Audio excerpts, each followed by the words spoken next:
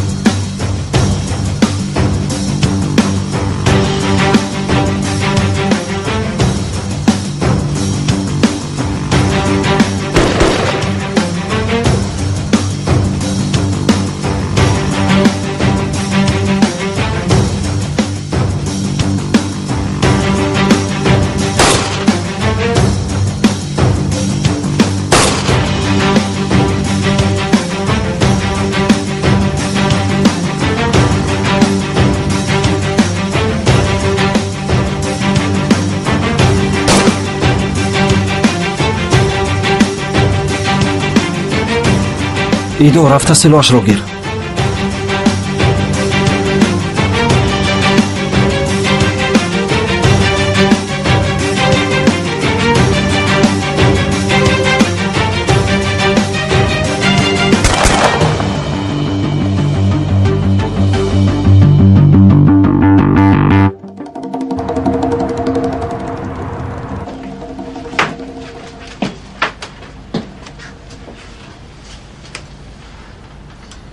وقتی رفتن رسید.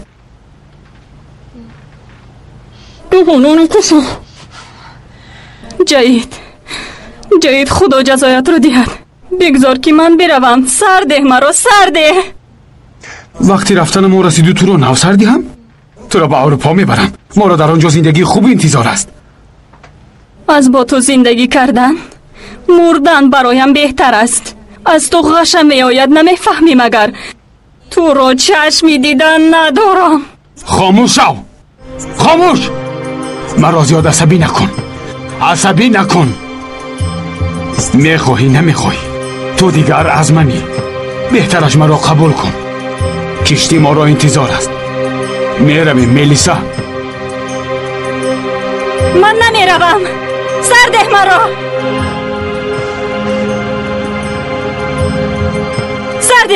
سردهد مرا لطفاً. این مسئله چقدر وقت دیگر رو میگیرد؟ مذاکرات ما با پارلمان اروپا ادامه دارد. نخست در آنجا آوازدهی برگزار نمودن لازم است. بسیاری کارها آماده‌اند. کارها باید ما تیز کنیم. خوب، اما ترک‌ها زید نمیبرایند. آنها چیکار کرده هم میتوانند؟ همین که تو را کشتند کاری ما برباد میرود.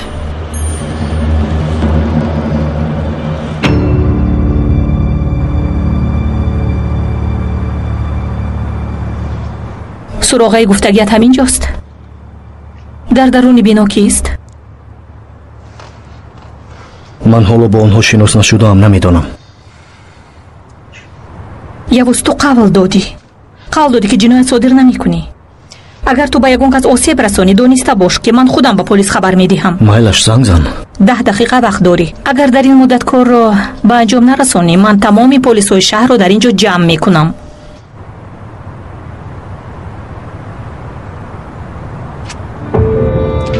اگر آخرین دیدارمون باشد بدان من تو و این وطن رو زیاد دوست می‌دارم. چرا چنین میگویی؟ یوز تو قول دادی که نمیگریزی. من به تو باور کردم. یا باز مرا فریب دادی؟ تمام. هیچ جای تشویش.